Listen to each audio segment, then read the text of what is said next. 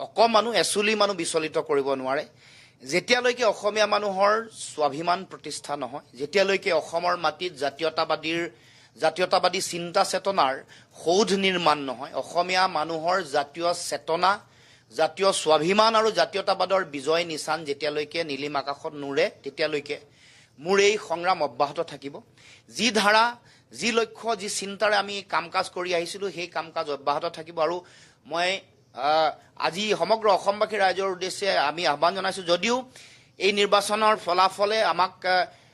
ফলাফল এটা আহিলে ৰাইজে মেণ্ডেট এটা দিলে কিন্তু কাইলৈৰ পৰা পুনৰ একে উদ্যম একে চিন্তাৰে কাম কাজ অব্যাহত ৰাখিম আৰু আমি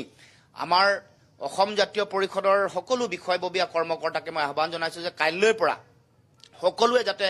যি লক্ষ্যৰ উদ্দেশ্য লৈ কাম কৰিছে সেই লক্ষ্যৰ উদ্দেশ্যৰে সকলোৱে যাতে কামত আত্মনিয়োগ কৰে কাইলৈৰ পৰা অহা ২৬ চনৰ বিধানসভা নিৰ্বাচনৰ কাৰণে আমাৰ যিটো যাত্ৰা আৰম্ভ হ'ব সকলোৱে যাতে নিজৰ কৰ্মত আত্মনিয়োগ কৰে তাৰ কাৰণে সকলোকে আহ্বান জনাইছোঁ এই সুবাদতে মই যিসমূহ আমাৰ মিত্ৰ যিসমূহ ৰাজনৈতিক দল আছে ভাৰতীয় জাতীয় কংগ্ৰেছ ৰাইজৰ দল CPI M CPI ML forward block NCP Shiv Sena all party hills leaders confederation সকলোকে বা সকলো দলকে শিৱসেনা সকলোকে মই হৃদয়ৰ পৰা অন্তৰ নিৰ্ভীত কোণৰ পৰা আন্তৰিক ধন্যবাদ আৰু কৃতজ্ঞতা জ্ঞাপন কৰিছোঁ আমাৰ এই যুঁজখনৰ লক্ষ্য কেৱল মাত্ৰ ডিব্ৰুগড় লোকসভা কেন্দ্ৰিক নহয় এইখন যুঁজ দেশৰ সংবিধান দেশৰ গণতন্ত্ৰ দেশৰ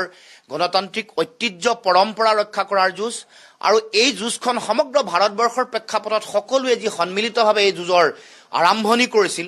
সেই যুঁজত ময়ো নিজৰ যি শক্তি অনুসৰি মই সেৱা আগবঢ়াবলৈ চেষ্টা কৰিছিলোঁ আৰু দেখিছোঁ সমগ্ৰ দেশৰ প্ৰেক্ষাপট আপোনালোকে দেখিছে যে এতিয়া দেশত ৰাইজে এটা শক্তিশালী মেণ্ডেট দিছে ৰাইজে এটা পৰিৱৰ্তনৰ চিন্তাৰে